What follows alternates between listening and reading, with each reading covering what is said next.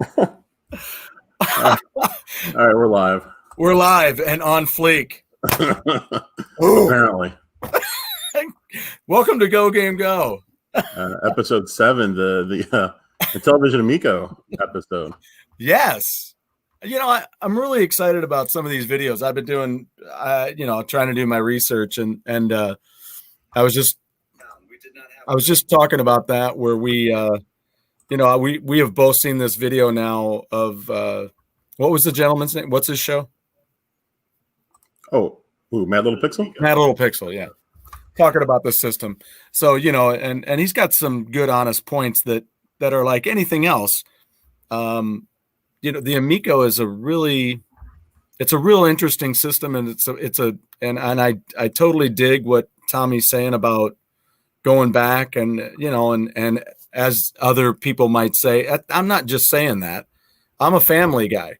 And if there's one thing I've noticed about the switch that's going on now is it's bringing my family together in a lot of ways. And that's huge to me. Yeah, because you all have one and you're probably talking about games, what you're doing, right. And it's awesome. Right. And I see this as something, especially my son, not necessarily that he would want to get one right now. I don't know. He might. But he didn't play Intellivision, but he knows of that stuff. He knows of different video game stuff, and we've talked about it before. But when they come to visit, that would be a blast to have an Amico. Exactly. So there are reasons. It's like when there was an iPod out, the iPods were out. Everybody needs an iPod. Well, no, they don't. I mean, not everybody's into, hey, I want a shit ton of music on a little thing that I can listen to all the time. There's people out there that go, I don't even know how the hell that works. So they don't need one, or they don't want one. So it's the same thing. You're going to find what they call the hardcore gamer who's going to go, those aren't cool games. And I know that one of his deals too, the Pixel dude, he was like talking about concerns like on the Switch where you've got independent people coming in. We'll get into a lot of this, but these are just little things I'm throwing out as I'm thinking about them. So anyway, but those are the things, he's just concerned about the quality of the games, but we'll get into some of that. I think the quality of the games look a lot of fun, and let's get rolling. So just off the bat, as far as our experience with Intellivision, I have 0. I literally have never even played an Intellivision game. Well, and I thought that was one thing out there too that's really cool. There is a video out there, and I was watching it tonight for a little research, and I texted you a little bit about it too. It's really incredible how far in 1979, how far that original Intellivision went.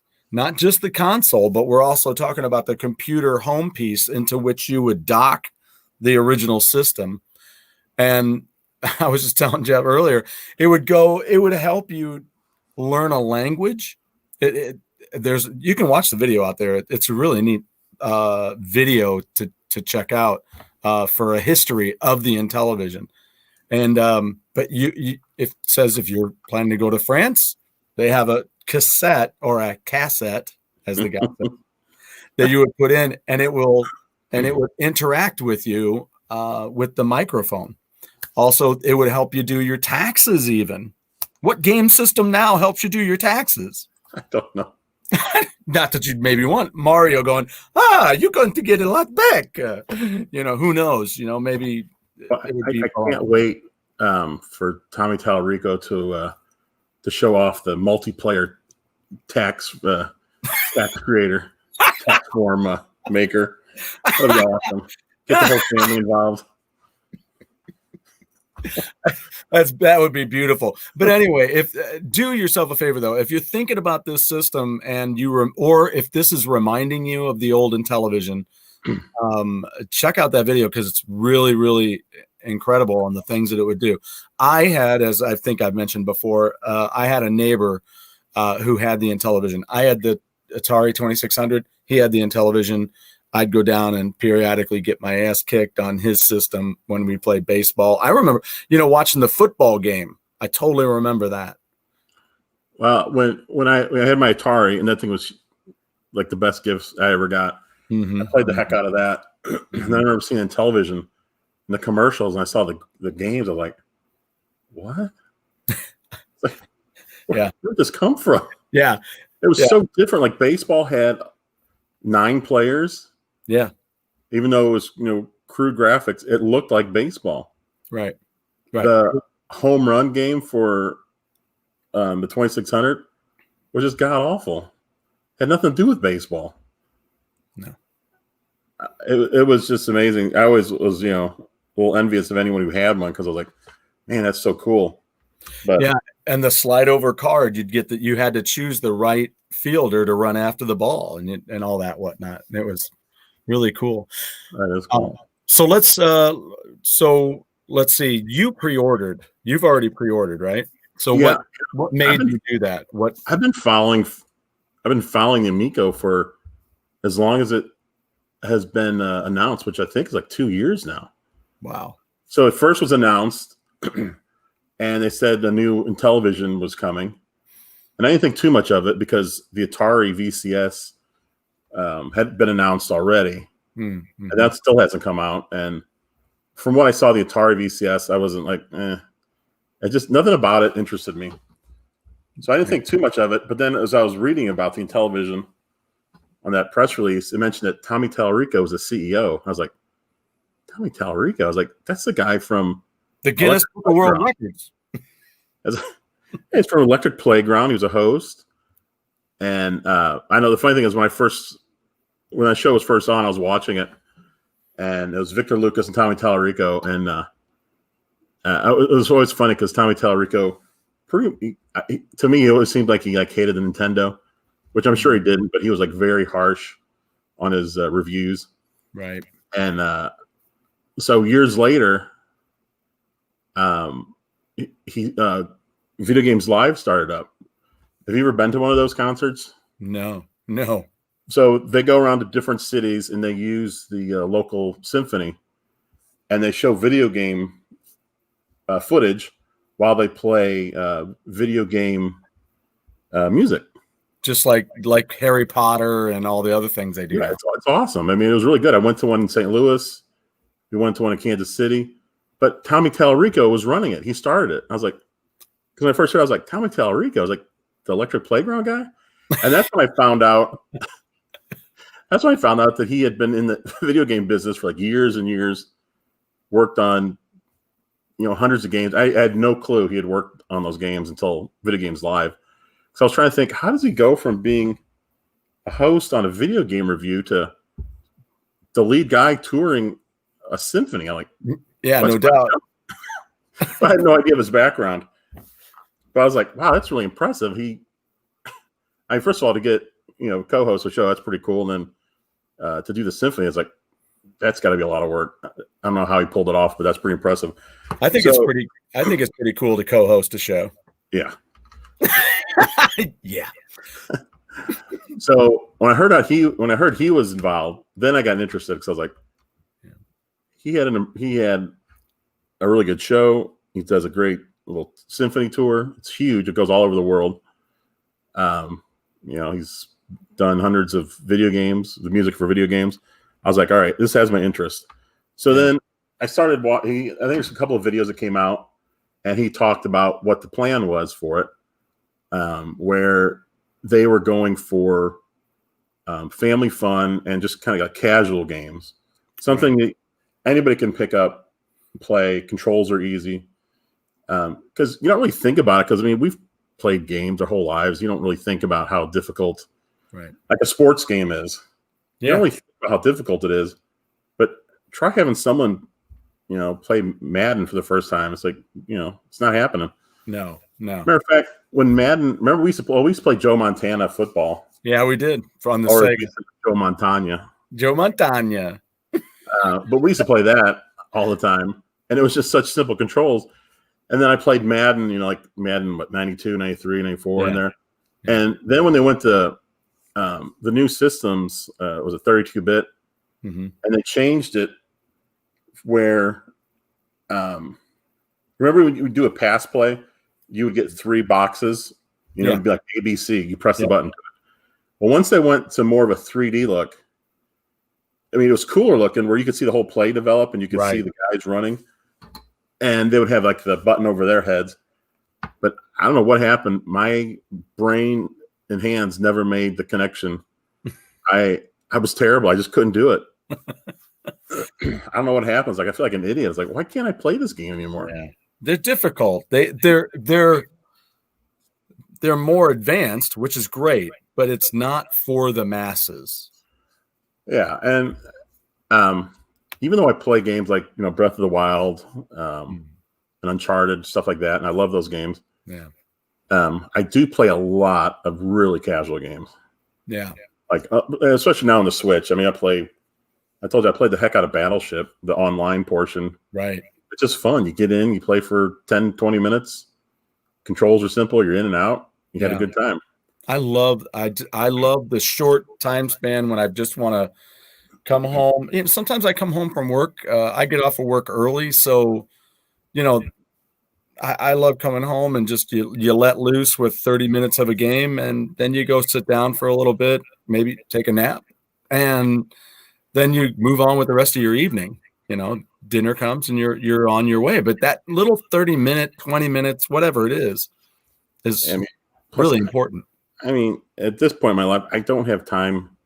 Well, I didn't have time for this 20 years ago either. I know. I don't have time to play a 100-hour game. It's just not going to happen. No. I mean, I have played games that long on the Switch, but those are far and few between. The only time I do it is when it's a game that's so good. It's like, wow, this is really great. Well, yeah. I mean, there's people that tell me, oh yeah, I saw you spent this much time on this game. What really? I mean, first of all, aren't you playing your own game? Why are you even looking at how long I'm playing? Does it really matter? And secondly, I don't want to know. I don't really want to look back and go, oh my God. I did what? Oh, yeah, you're right. I just don't want to think about it. I don't want to think about it. I'm doing after I saw some videos on the Intellivision, Tommy Taylor Rico started doing interviews. And it's pretty cool because he does one interview after another. He's done dozens of them. Yeah. And you don't have to have 100,000 subscribers. I mean, I know he did one with a channel that had like 10 subscribers. Not 10,000, but just 10 people. His way of looking at it is people searching his name. The interview's going to pop up. They'll find it. They'll watch it. Right.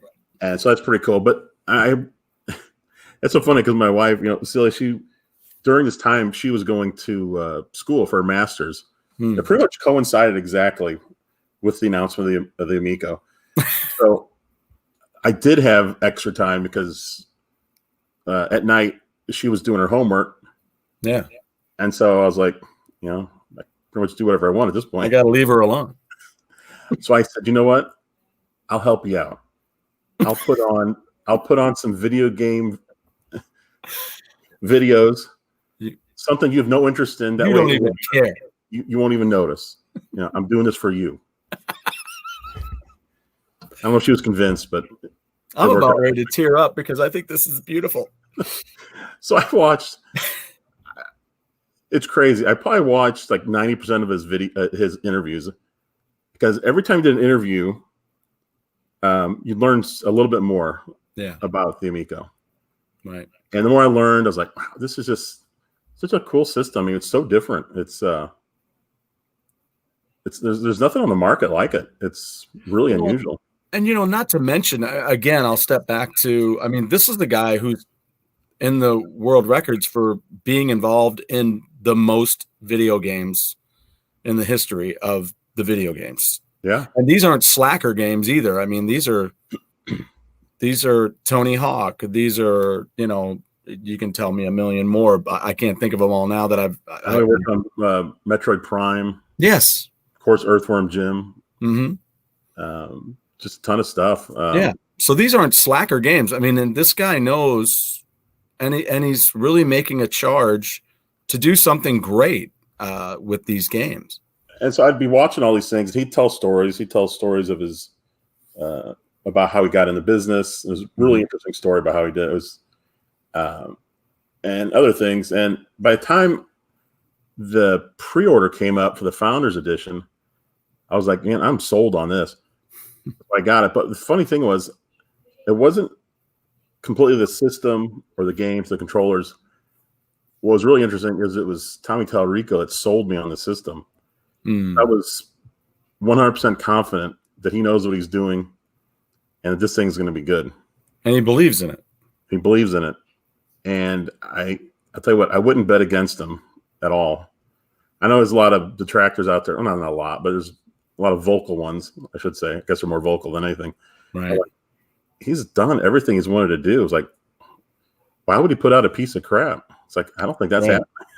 Well, and I mean, there's lots of videos out there that are showing, how much work they're putting in and how much checking it out that they're doing. They have funny videos, which finally all those photos that they had with the controller on the horse and the smashed up controller, all that came to light when you watched the video. I'll just put this video on as we talk. Yeah, there you go. Just playing. I did think this was pretty funny. Yeah, I did. I watched this one tonight. Is that the true headquarters? That's just garbage. No, I can't imagine. That's an awfully big building. I love that. I do. It's kind of funny is because they would do like some skits in electronic playground or electric playground. So I guess that really came in handy for those videos. So there's Tommy. This is great because you get to see the size of the controller. And they have those are from the two colors from the basic systems that are going to be available. They'll have it in black and they have it in white. I'll tell you, I'm excited to use the controller because, like I said, I've never played it in Intellivision. I don't know what. I know. And from there have been a handful of people I think that have played it, like some YouTubers. Sure.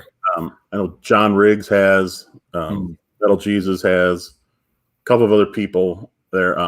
Smash JT went actually to Tommy's house and played it, and every one of them said the same thing. It's just a lot of fun. Well, I'm hoping we get an invite to Tommy's house. I'd love to go and play. Because I mean, first of all, and I'm sorry, it's got nothing to do with games. He's a Spider-Man fan. So that's right. You're a big Spider-Man fan, aren't you? Yeah. I'm a Marvel. So Spider-Man was my first comic book. So I would love to talk to him about that. But it's my favorite part where they hit the guy in the head and he goes down. And they're all concerned and run up and grab the controller and like, oh, it's okay. It's all right. And then the guy with his checklist puts his shoe right on the guy's chest and good catch. Good catch.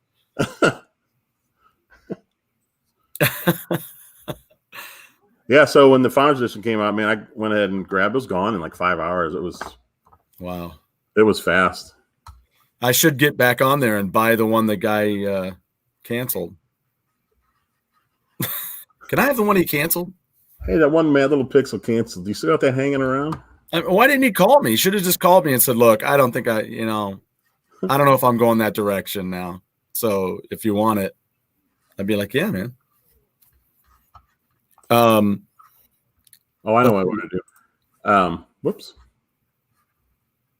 Wrong video. Whoopsie. So getting into the Intellivision, let's see. I know what I wanted to do. I have some of these as banners here. Okay, so the base system. Well, there's only, I shouldn't say base system. The one that the two that aren't special edition are 250. Okay. Recently was upgraded to 32 gigabyte for onboard storage. And like I said, the games are, Tommy said it was between like 500 and a gig, like on average. So if you take off like 4 gig for system memory, stuff like that, that gives you about 28. So you should be able to stick minimum 28 games on this. Wow. Which for I think most families, that's going to hold them for a while. It's going to be a lot. Absolutely. Absolutely. Yeah. And there'll be 6 pack-in games, 5 of which have been announced. Software from $3 to $10. He did say he kind of revised it a little bit in that pretty much the games are going to be $7 to $10. There might be some cheaper games, but the really cheap stuff are going to be like some kind of applications, something kind of some fun thing that you could download, but not necessarily a game. But still, $8 to $10 or $7 to $10 for a game. Yeah, $10 and under. Some of these have a look like that cornhole game that has a lot of features. I mean, it looks like single player. It's going to take a long time. It's not just you turn it on and you do like an exhibition game. You have a whole career mode. Yeah, I would love that. I think you start off in like the amateurs and you work your way up to the pros. I'm eager to share that one. That's one that I'm eager to share with my brother-in-law because he and I play cornhole a ton. So the 6 games are going to be the 6 pack-in games are Shark, which is this one right here, and then Cornhole. Mm-hmm. I don't think they show it here, but I did see where it looks like it's going to be a fairly long campaign, single-player campaign. And then Astro Smash is another one in the pack. I have played Astro Smash, but not on Intellivision. I played it on other systems. I don't know that I've played that. Is that the one that looks a lot like it's got the 2 movable? No, the original had 1 ship going across. Okay, gotcha. Did you watch Big Bang Theory? Yeah. Sheldon used to wear an Astro Smash shirt every so often. Oh wow! It had rocks. And the original one, the asteroids are falling down. But I don't know if I've ever seen a game that did this before. So your score, obviously, every time you hit a rock, it goes up. But when rocks slipped past you and you didn't hit them, they took points away from you. Oh, I've never seen that in a game before, and it's such a great idea. Wow. I'll have to think about if I've ever seen that happen. So it's not that you would lose because it hit the ground. You just lose points. And I'm guessing they're probably doing the same thing here. So that'd be pretty interesting, especially if we're doing some kind of, I don't know if they're going to have a competitive mode, but the fact that your score can kind of go back and forth, it's really, really unusual. And the Farkle thing I thought was really cool because it stays digital as you're jumbling your controller, and then you do this, and then the dice dump out on your television screen. I got to tell you, it sounds kind of silly, but I'm kind of excited about board games for this. Yeah, because it seems like they're thinking about how it feels and how it looks when you're playing. You just don't have to worry about drunk dice falling off the table. It's all just right there. Boy, if there's ever a board game that needed a digital version, it's Mousetrap. Yes. I don't know if I had Mousetrap. I don't know if we ever played it. By the time I got it set up, I was like, well, I'm kind of done. Oh my God. That's it for me. You're like, just see how it works. Doom, ding, ding, ding. I spent my time, kind of rearranging things, trying to see what happened. Right. I never played the game. It's the way it's meant to be played. It was just a construction site for you. And skiing is, I believe, the 5th game that's been. It was announced, I think, first, but I think that's the last of the 5 games. I'm looking forward to the skiing game. I like the look of that one. There's still one left. Yeah, the skiing. There's Night Stalker. Not Night Stalker. What am I talking about? D&D. Yeah, Cloudy Mountain. Yeah, that D&D game, man, that looks really cool. And then also, what's the other one? That looks like it's going to be kind of a lengthy game too, I bet. And Night Stalker here, look up. Originally. Oh shoot, I don't have it up. Darn it. Here, look at Night Stalker real quick. All right, there's Moon Patrol. Yeah, I'm looking forward to seeing that. 10-second demo. You can download from the iPhone store or Android. Oh wow! Look at Night Stalker. Look how cool that is. That one's the one I was looking at earlier. That does look awesome.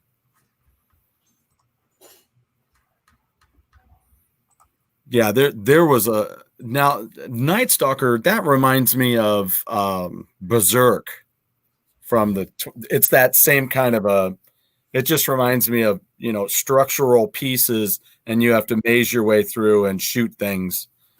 And I think it's great that those are all multiplayer games. Yeah, every game's going to have multiplayer, which I'm kind of curious on some of these games how they're going to do it. So we'll get to that in a minute. Well, I think it's going to be pretty inventive on some of it because Moon Patrol, I believe, I don't think he officially said it, but he just kind of said, imagine if you're playing Moon Patrol, one person's controlling the car, one person is shooting forward, and one shooting up. And you could have like 3 people, 3 controllers all participating, together. Very nice. Now you mentioned you were excited about that skiing game. You have Activision skiing on the 2600. Yeah. I had that, and it's the simplest game, but it's one of those games where I just kept playing over and over because you're trying to shave off like a second off your time. Right. You just kept doing it over and over. It was a lot of fun. I get a kick out of the fact that they've got the one thing I like it when there's no loss for nostalgia. That's what I love. Figure out a way to work it in, and they have that character. The running character is the logo, part of the logo, and then it's on the console itself, and it lights up. Yes. I think that's such a great.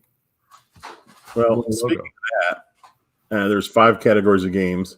Yes. Which is retro reimagined, where they'll be taking old games like Night Stalker we saw and the D&D Cloudy Mountain thing, and redoing them. And both of those look, pretty amazing, if you ask me. Yeah. I'm dying to check those out in a multiplayer thing with you. They'll do. Oh, that'd be great. We're going to have to do a video when you get it. Oh yeah, we got to figure out how to connect this to my computer so we can stream us playing. Because everybody else does it. I just got to figure out how we got to last of the party. We are. That's okay. That's all right. So there's 20%, 5 categories, 20% of each of these categories. Kids and edutainment, which for me and you, that's kind of I guess on the outs. I don't know if there's anything in there, unless the not for the moment. But I mean, when I have grandkids, that's true. So, but if the edutainment is something like, do you ever play Brain Age? No. The DS had a game called Brain Age, and what it would do, the whole thing was try to improve your brain, like kind of give it a workout. Yeah. And since you had a stylus to the DS, they would do things that would hit like simple math puzzles. You have to do it really fast. They had a whole bunch of things like memory tests. So something like that would really be cool. I would get that, definitely. I would really love to see them update the one that I saw on the old system. They had one where it was like a jungle learning thing, and the one that they showed had 2 players. And there's a canal going down the middle, kind of whooshing down the middle, and then there's 2 gorillas, one on either side, and then you run into an animal, and then you have to get past that animal to be able to go through. You had to answer, 6 + 1 equals whatever, and then bloop, that animal goes, and then you continue to go. If you get it wrong, you have to go into the canal, and then you're swimming down and you meet up with something there, and then you can get back out if you get that answer right. And there was something else about it. When you watch the video, there's something else about it that makes it, hey, you're not a loser. You just didn't get it right. It's okay.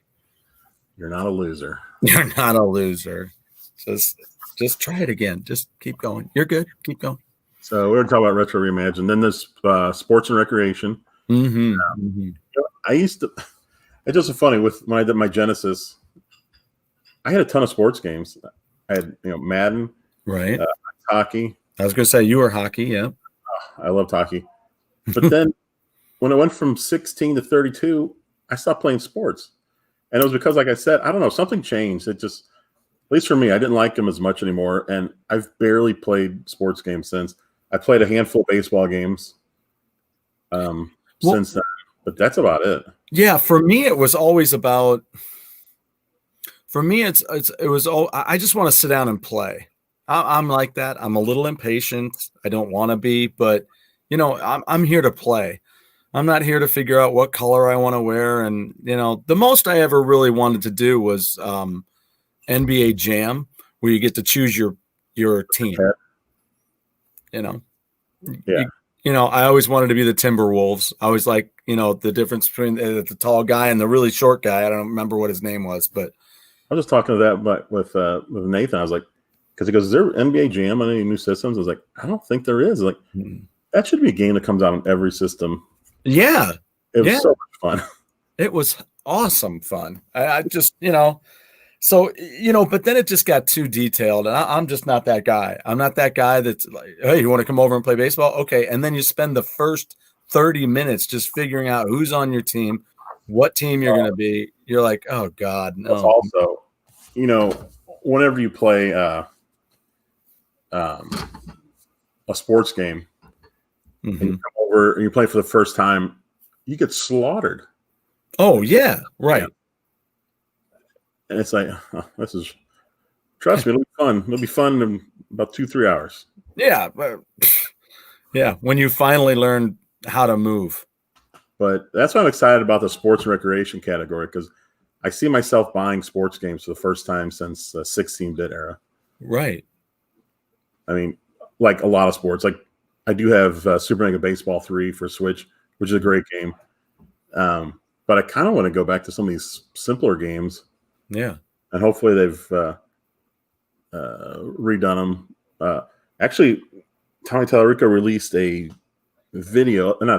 image, just a mock-up of the new baseball game. And really? It wasn't even like an in-game thing. Someone just created it in Photoshop just to kind of give the idea of like the viewing angle. Yeah. So the viewing angle looks like it's going to be the same as the old game. That's cool. Yeah, I like that. Yeah. And it'll be the idea though of having, a button for each to throw to each player is pretty cool. Exactly. Plus, you don't have to have any overlays because you got that light up screen. It'll be perfect. It'll just change with you. Absolutely. I think again, it just goes back to simplicity, and again, it's not going to be for everybody, and everybody knows that.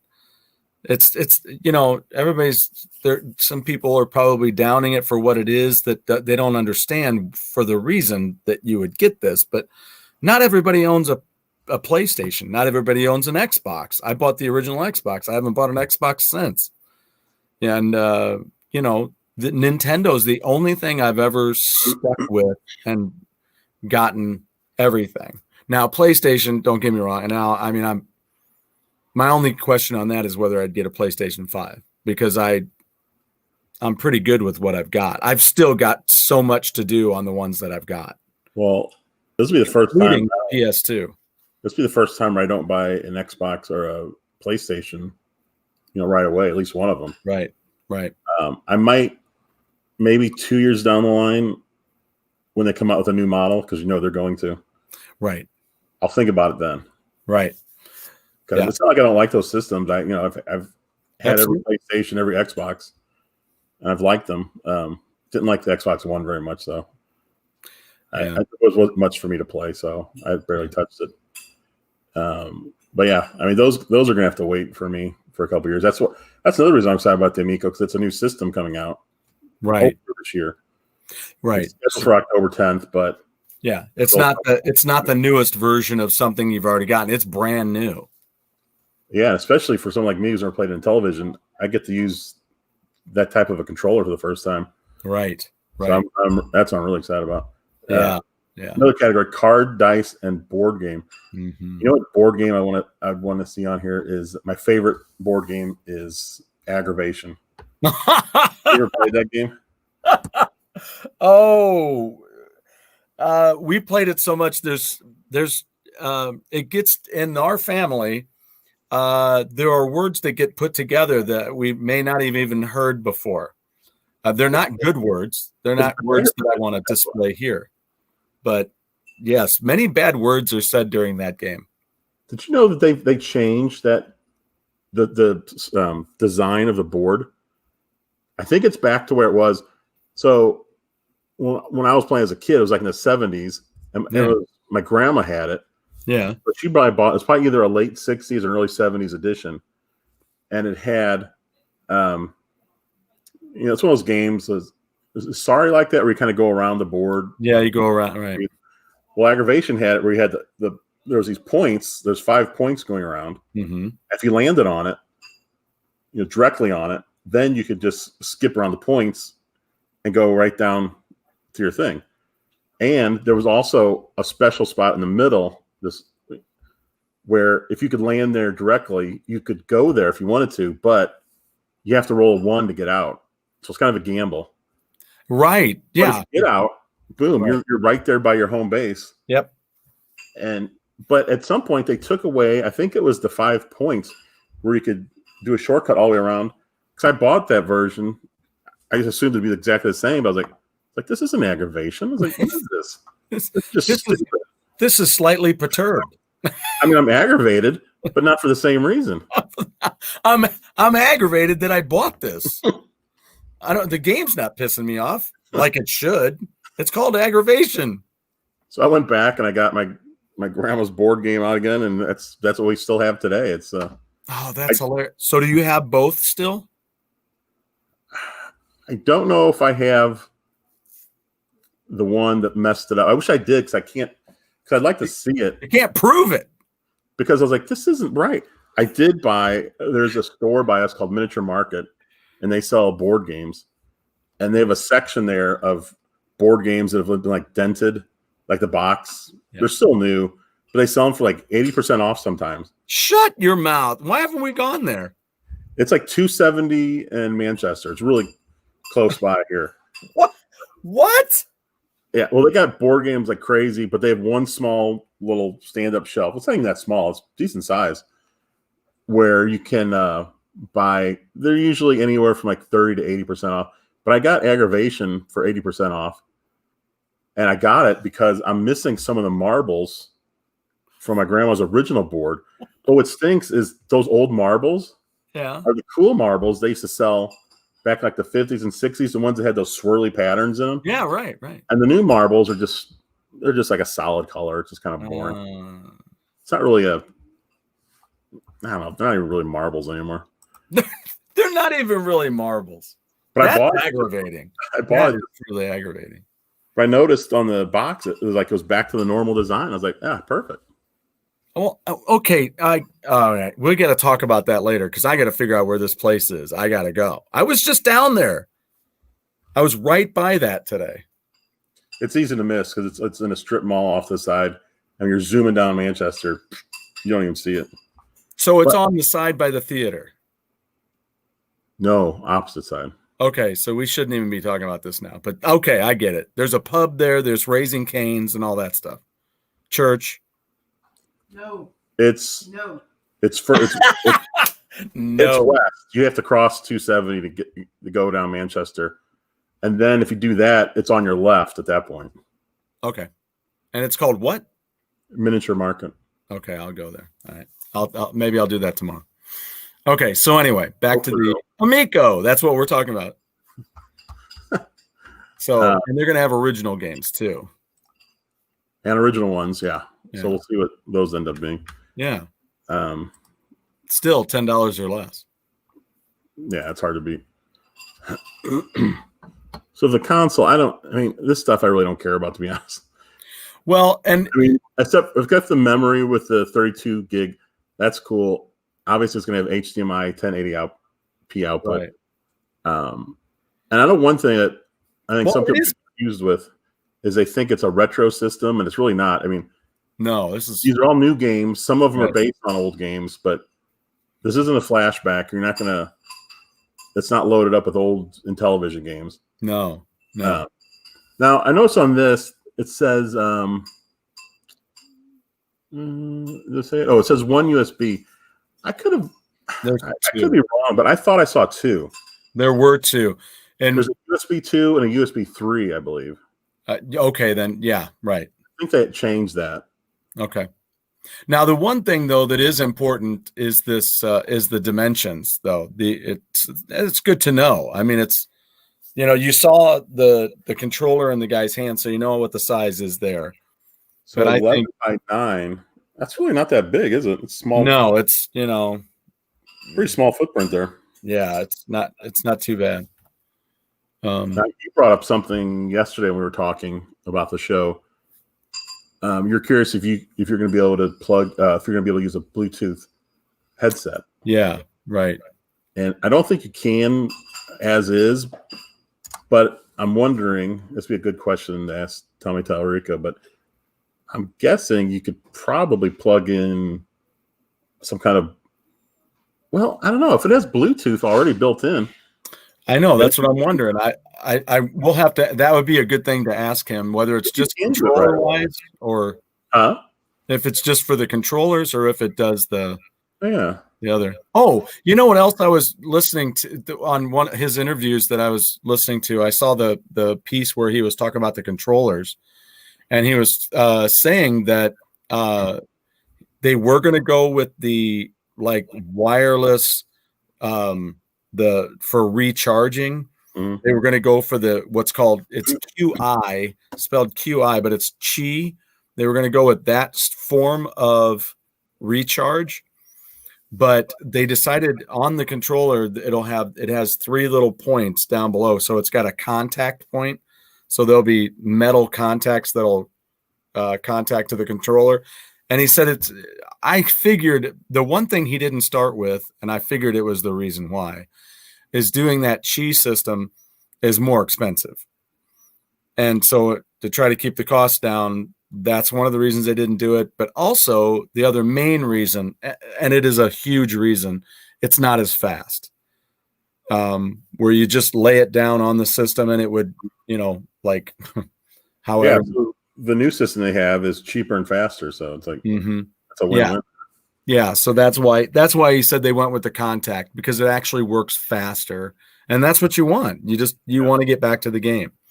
I do know originally when this first was announced, he gave out a price point, and he said recently he really regrets doing that because originally it was I think he said it was going to be between $150 and $180.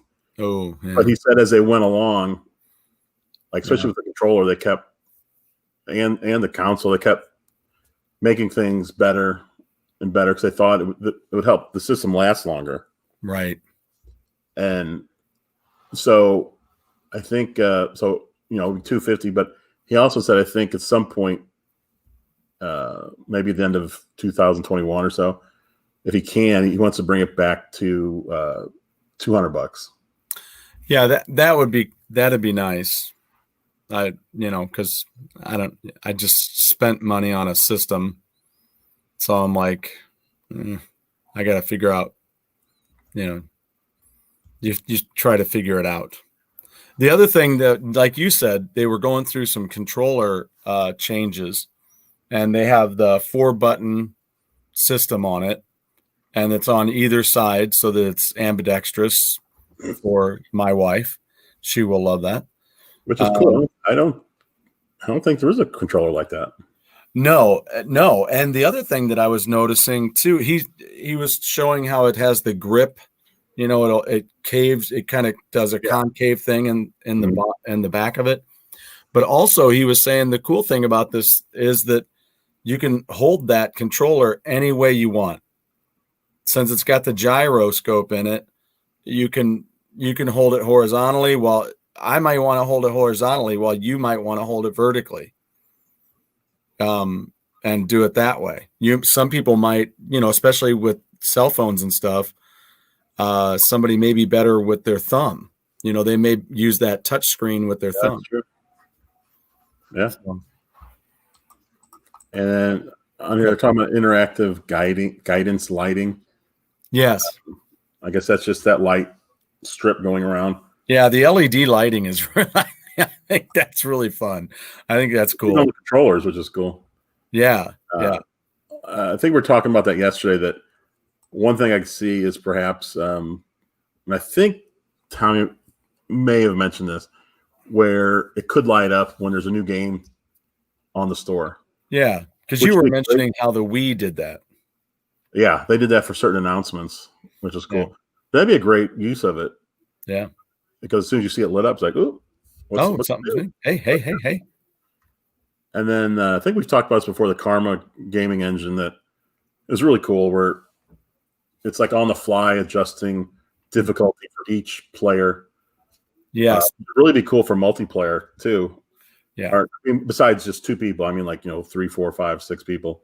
And in his interview video that they had, and they skip back and forth between screenshots and stuff like that, he's talking about that, and it does show the differences in the size of the paddles. Maybe if you're doing the Pong game, or sometimes 3 paddles show up across the screen to give somebody the advantage for the moment. And I like it because it does give a person a chance to go, oh, well, okay, I just got to figure out how to move this instead of just having the one paddle the whole time and being even. Exactly. So, Tommy Tallarico said that he talked to Activision about some games. Yeah. I would love to see some of the retro reimagined Activision 2600 games. I would love to see. Go ahead, tell me one. I mean, well, since it has the spinning disc, you could have Kaboom. That's exactly what I was thinking. I mean, you can play Kaboom on any controller, but it sucks on every controller. Yeah. But that would actually, well, this isn't an Activision old 2600 game, but like Tempest. Like for the arcade game. Yeah. That worked perfect with that. Or but yeah, for Activision, I mean, oh my gosh, I probably bought most of their games. They were so good. It's unfortunate that it's a different system, but the Atari, I'm wondering, what's the freaking game we used to play like crazy? And this is where it goes back to exactly what Tommy's trying to do with this system, and Intellivision is doing with this system, is bringing people together. And I remember we used to go to my friend's house. One of them, my friends, lives down here now, but we used to go over to their house and we'd play. What the heck was the name of the game? You had fortresses in the corners. It was Warlord. I was going to say that, but I was like, is that right? That's one of the best games I think I've ever played. Oh my Lord. We played the crap out of that game. We'd go over to our friend's house. They were family friends. And so the whole family would go over to their house. We would fire that stupid thing up, get 4 paddles going, and and you got to wait for it. You catch it, you wait for it, go. If you hold the button on, you can catch it, and you swiveling around like this. Yeah. And you try to go shoot and let go of the thing. And you do that thing where you're like, oh, you, and there it would go. And then if it gets in behind them, it would bounce off the backside of their paddle too. So you had to be careful not to just hang tight too much, because Warlords. God, I'd love to have a reimagined version of that. I think that's one of the Atari 2600 games that anybody could play right now. Exactly. You got this, and you got a button. That's it. Just I'm trying to think. I thought Tommy said they had the rights to Warlords, but I might be wrong. But we got to ask him. We got to ask him, because they got to get them and they got to do it. I mean, I want to see that. Has there even been a Warlord since then? No, not that I have ever known. Because I'm like, what was it? Warlords? I mean, this was 4 kingdoms. They had 4 kingdoms, and they had 4 castles on every corner. If nobody's ever played this game, and for those who are like crying right now because they're like, I remember, you had 4 castles, 1 in each corner, and then there was neutral land in a cross between them all. And then on every castle, outside of every castle, there was a paddle, a line, the classic Pong paddle that would just zoop, zoop, it would go around the. Yeah, you could choose to deflect it, or you could choose to catch it. Exactly. Yes. Right. And then that's the crucial part, because then you could fire it at any of the 3 castles. That's right. And inside the castle, then there was that's where what was it supposed to be? The I don't know. I think it was the king, wasn't it? You just killed him. There was a crown. Wasn't there a crown in the middle? Yeah, something. Then you get back to the Atari stuff. You're not really sure what it was. Yeah. I mean, the adventure dragon looked like a duck.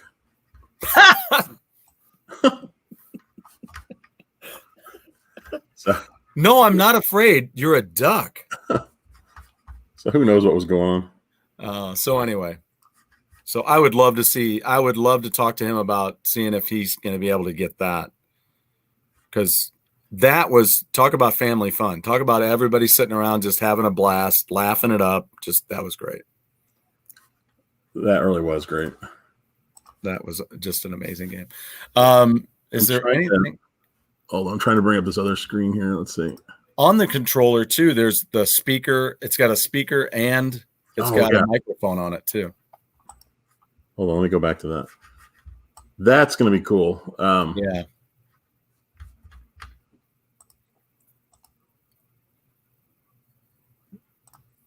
Let me go back to this one. And the other thing we talked about is the RFID that's going to be available too. Yeah, it's the speaker microphone. We were talking about that too. I really like having a mic on a controller. Mm-hmm. I mean, I think was the Wii the first one that had one. Yeah, I think so. I remember like Link's crossbow training or it was even maybe been one of those Wii play games where you have a bow and arrow. Yes. Yeah. And because I think the sports game had archery in it. And when you let it go, because your controller was back here, you could hear it leave the controller. Yeah. And then the sound continued on your TV. I was like, oh man, that's so cool. Yeah. So I mean, the one good thing about the system is you pay your money, you get 2 controllers. You can buy extra, or if you don't want to put out the money, just download the app for your phones.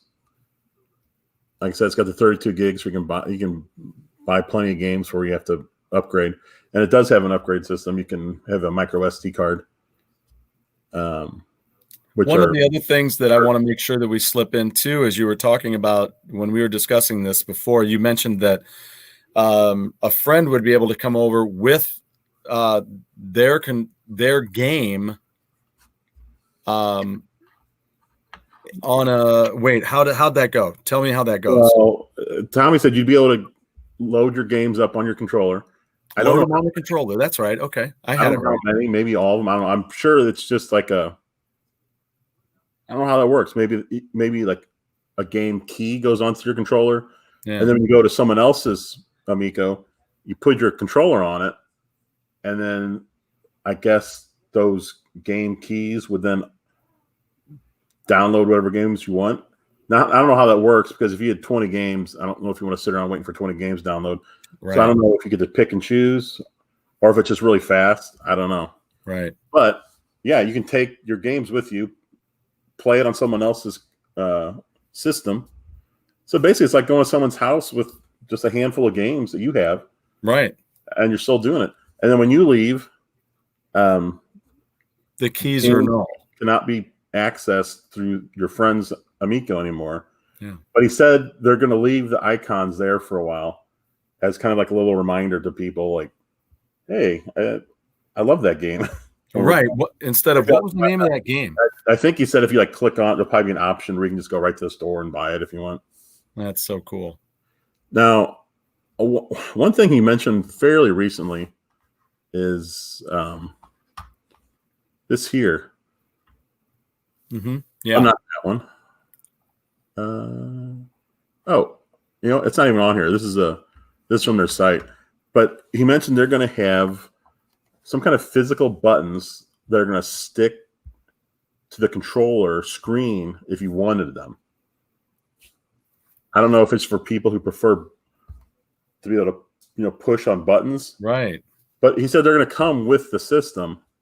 But I for the life of me, I can't understand it. Like the whole thing to me is the sticky part. It's like, is it going to hold when I go to peel it off? Does it come up easy? Obviously, it can't leave some kind of adhesive. That'd be ridiculous. That'd be dumb. Exactly. That's not going to happen. I don't know if it's using like a suction or I don't know how it works. I really don't know, but we'll see. Oh, and by the way, August 4th, which is what, Tuesday? Yes, it is Tuesday. It's at noon here Central Time. Yeah, where there's going to be a big blowout video where I think most of everything's going to be told. Not everything. Probably not everything, but I think most stuff. So I really want to see those buttons. I just don't quite understand them yet. Right. I mean, I get what it's for people who want the tactile feel of the button. Right. I just don't understand the whole putting them on, taking them off, like constantly. How you do that? Yeah. I guess you could just leave it on if you wanted them on. You just leave them there. Right. That'll be interesting. But the thing, to me, the controller, this motion control and gyroscope and accelerometer, this is to me like a make or break deal. If it works well, it's going to be awesome. If it doesn't, any of the games that use this is going to suck. Right. Right. And I mean, I would have a hard time believing that they're going to let it go out to public to purchase without it working right well. Right. And I think I like how they did I do like how they did the impact testing on it, so that the family's going to be playing with this. So especially since it's geared for families with kids. Right. I'm sure they've done a ton of testing with those controllers. Because you don't want those breaking every couple months. No. It'd be kind of a disaster for them. No. And like you said, it's cool that you can get more controllers if you want. If you have more kids, they're going to be playing it. But if you have people coming over, they can just download and play on their phone. Because you think how affordable the system is. I mean, to get a Series X or a PS5, I assume they're going to be about 500. They might be 400. Let's just say 400. Which I just can't do. I can't see doing so that. So $400. But then most people are going to want a second controller. Yep. Yeah. What are those, $60, $70? Yeah. So now you're up to, let's just say $460, make it cheaper. Not to mention that most of these games that you're going to get for it are single player games. Yeah. There's only really easily a handful of multiplayer games that the family wants to play, or so even if you just forget the extra controller, let's just say you're playing it single player. So you're going to have to buy a game because they don't. Well, PS5 actually is coming with some game, but I don't think it's a game everyone's dying to get. Yeah. So let's say you're going to have to buy a game, so that's $60. So let's just say it's $460. So right there, you've spent $460 and you have one game, one controller, and from what I've seen, it looks like the Series X for Xbox. Yeah, which was the dumbest name ever. They can't name us. Why did you name your kid that? Xbox. They haven't had a good name yet. And I know these systems are completely different from each other, but for $250 you can have something that your whole family can play, and you don't have to spend any more money for a while because it's going to come with 6 games, 2 controllers, and then you download the app for more if you want. Right. So especially for a family, I mean, that's a great deal. It is. It's. He says, what was the first? Let's see. Simple. Their acronym is SAFE. SAFE. Simple, affordable, family, or family. I'm sorry, family, and entertainment. So simple, affordable, like family friendly, and entertaining or entertainment. Is that it? Something like that, isn't it? Well, because I know he has a thing too about this whole thing with building trust with people. Like that's why he wants to give them a bunch of games up front. Right. Like he's got the whole thing with no game rated over E10. Yes. Because he's basically going to be telling parents, look, you can buy this system. Your kids could actually go on there and buy any game they wanted, and it's going to be fine because they're not going to find anything. There's going to be nothing with sexual content, right? No blood and gore. You're not going to be shooting people in the head, right? So, and he said they have to deliver on that because that's a promise he's made, and if families, if parents all of a sudden see a kid downloading something where they're shooting someone in the head, they're not going to be too thrilled with it. So yeah, and that is it. It is simple, affordable, family, and entertainment. Those are the 4 pillars that he was talking about. So, yeah, it's a neat looking system. It's, and again, I realize I'm coming from a nostalgia point of view. It's very Star Trek looking to me. I love that. So I do like the design. I may not also be a big fan of the wood grain and gold. However, again, retro, there's a faction that are into the retro thing, and that's okay. It's like, I think both of us are big fans of that GTO Red. Yes, we are. And I'm guessing that'll be announced August 4th too. What store is getting that? Right. Yeah, they have a giveaway that they're doing that you can register to do. And what's the website on that? Do you know right off the bat? Is it just Intellivision? I don't know, but if you go to here I can show you right now. If you watch one of those last 2 videos. Oh yeah, it's at the end there. They got the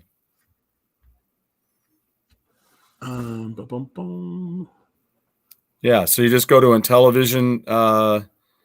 Well, wait a minute. That doesn't show. Register to win a Founders Edition Amico. I'm sure if you just go to the I don't know. Intellivision website. Huh.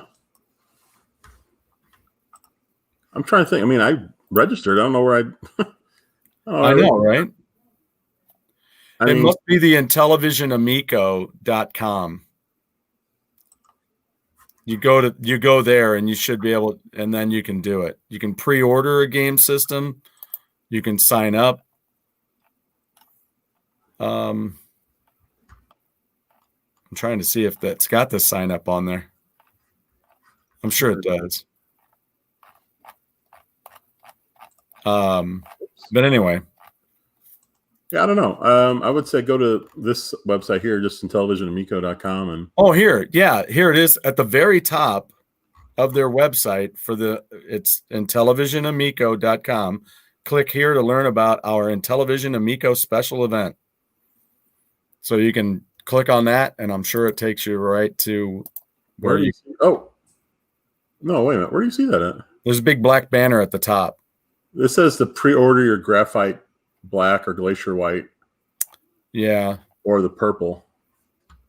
Let's see. Yeah, see, register now. So go back to the home. Go back to the very first. What's it? Okay. Wait, this is the homepage. And then at the top, there should be a black banner. I see it on there. It's but this is to pre-order the black, white, or purple. No, that's not what mine says. Really? Yeah, mine says click here to learn more about the Intellivision Amico special event. Whoa, that's weird. I don't have that at all. Click on the Intellivision logo in the middle. Oh, here you go. I just refreshed the page. Yep, there you go. I guess I had an old page. Yeah. Okay, yeah. So let's go to IntellivisionAmico.com and then follow that link. Yeah. So they're having a special event. I do believe you have to do this by the 31st. I think I remember hearing Tommy mention a deadline. Register below. Well, it says, let's see, register below for the Intellivision event. It doesn't say. It really doesn't. No, it doesn't say, but I thought I heard him say that. So okay. Just to be safe, I'd do it by, what was that, Friday? I'd do it right now. Right now. Just shut us off and go and do it. Before you leave the show, give us a like and subscribe, and then do whatever you want. Yeah, just Go nuts. It's your life. You're a grown-ass person. So, yeah. What else there was on here? Oh, yeah. Tommy did mention they had a bunch of old Atari licenses. And I think they have every iMagic game or Imagic game, however you pronounce it. Right. I believe they're the ones that did Demon Attack, which is a great vertical shooter. I remember that one. Oh, that was a good one. I remember that one. But I know they also do a couple of I know they had some Intellivision games. They had Beauty and the Beast, which looks like a lot of fun. I know people really like that game. It's kind of a Donkey Kong thing where you're climbing a building and there's a gorilla throwing stuff at you. But I mean, it's not Donkey Kong, but it's something along that lines. It is also important to note that there won't be any online play. So everything that you do, it'll be there in your no online play. But up to 8 players with a controller or smartphones with controllers or a combination of controllers and smartphones. So I'll just let this play in the background. Something entertaining. Yeah, right. No online play, but there are online leaderboards, which is cool. And I don't know, but I'm hoping for friend leaderboards. Right. Because I mean that would really be neat. Yeah. And then they do have a kind of an achievement system, but it's so different than the rest. If you, and I don't know what the achievements are. I don't know if it's high score, like overall, like we were talking before. They have like an overall leaderboard. They have a country leaderboard, and then at least in the U.S., they're going to have, I think, a state leaderboard. Gotcha. So I think if you are number one in any of those, they actually will automatically send you a little email congratulating you on your first place thing, and they include like a little image you can print out if you want of your little certificate. That's awesome. Achievement. That's great. But you remember when did you ever get any of the Activision patches for the Atari? No. You know what those are? You know what those are, though, right? Well, wait a minute. No. Well, what do you mean? You mean like if you got a height on each Activision game for Atari, in the back of the manual, they gave you a score you had to achieve. No, I never did that. Or you took your picture of your screen, sent it to them, and they would mail you a real patch. Like it was embroidered and everything. Oh my God! Did you get one? I had a bunch of them. They're all lost now, but I had a bunch of these things. It was like the best. That's the first and the best achievement system of all time for gaming. Well, and I think that's interesting that you mentioned that because it takes me back to what they were showing on here for the Founders Edition. You get a patch. That's exactly what the patches look like. It's the same embroidering and everything. Matter of fact, Tommy was asking on Twitter for ideas when they were first doing the Founders Edition. He's like, "We're looking for ideas for extras," and someone said, "How about a Founders Edition patch, just like the old Activision patches?" He goes, "Oh, that's a great idea," and then they put it in there. Oh my gosh, like that is a great idea because those I thought were the coolest things ever. And I do think it's pretty cool. Back and look at mine. I do think it's cool. Oh yeah, do you have your old Activision boxes and stuff? Yeah, every one of them in the back will tell you what you have to do to get a patch. That's funny. That was in the manual. Yeah, in the manual. That's incredible. Oh, that's where it blows up. Yeah, it blows. It literally blows up. But I thought it was cool that it's just like a little thing you can print out. It's kind of a goofy little thing, but it's kind of cool that it automatically gets sent to you. So if you get some kind of high score in any of your games, Activision is going to send you a little achievement poster for you. Wow, it's kind of interesting. I don't think I've heard of a company doing that. Yeah, it's a great way to connect with the company again. Yeah, especially if it's like an automated deal. You don't have to do anything. They just send it to you. Right. Oh man. So did we cover everything we wanted to cover? I think so. I think so. The only thing you had the quote at the end. You were. Oh yeah, I thought this is an old quote, but to me, it kind of reminds me of the Amico a little bit. Where this was from the Nintendo president at the time. I think he may have been retired when he said this. This was when the DS had just come out, and then they had a code name Revolution for the new system, which turned out to be the Wii. No one knew anything about it yet. And the DS had just come out, and it had completely new controls with the stylus.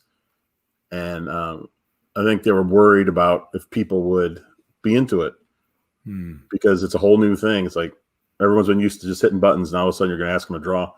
So his quote was, if we can increase the scope of the industry, we can re-energize the global market and lift Japan out of depression. That is Nintendo's mission.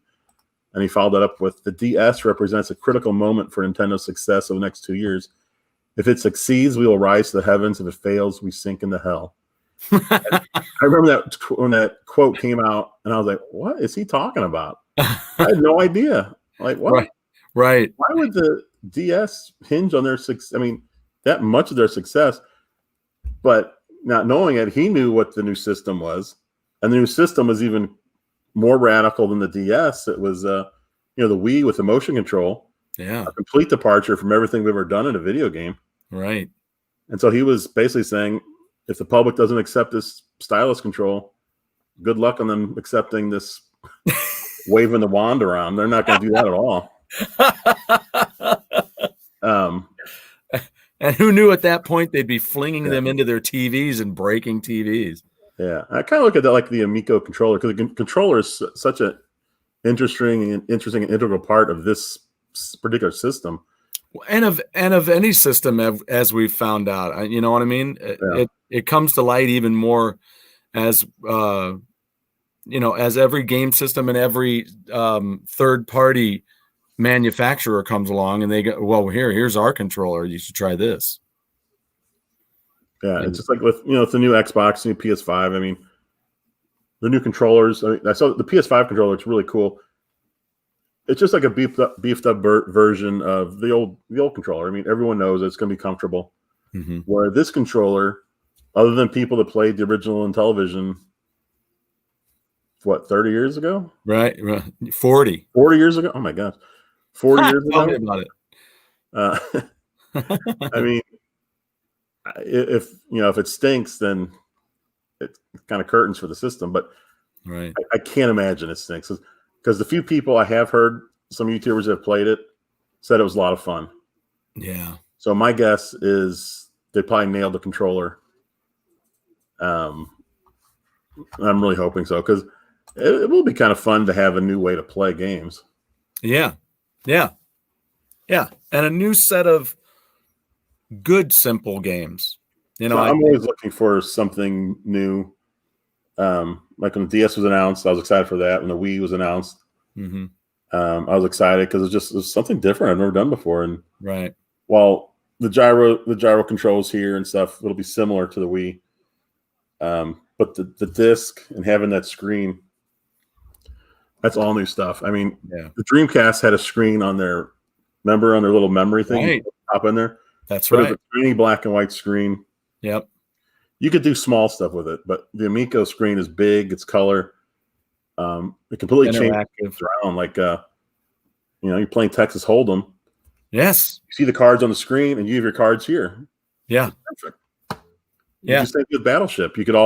Everyone could have their whole layouts right there in their hand, and she mentions that in the one woman that's with the company.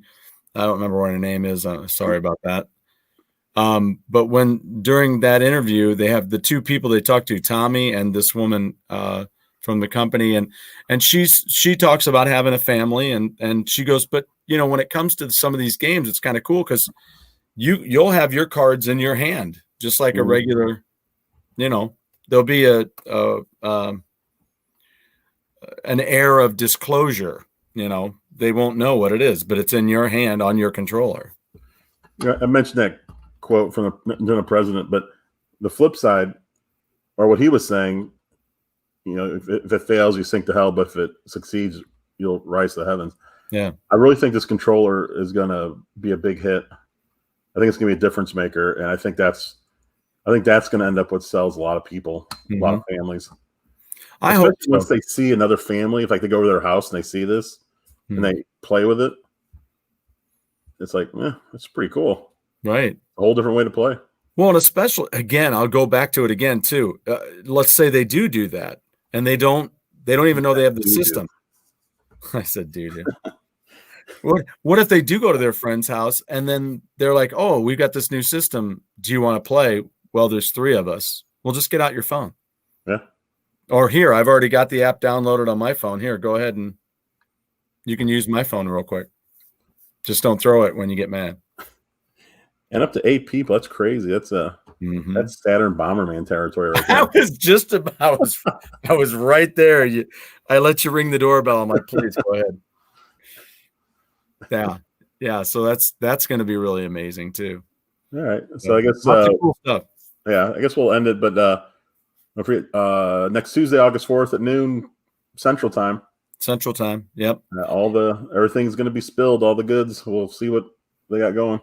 And as soon as you get done with this show, go to, if you're seeing this tonight or seeing it tomorrow, go immediately to IntellivisionAmico.com and make sure you sign up for the giveaway of a system. So chance for the Founders Edition. That'll be cool. Yeah. So watch out for that. And then Jeff has had some really cool conversations with Tommy. So hopefully we'll be having him on the show real soon. Hopefully sometime in August. Yeah.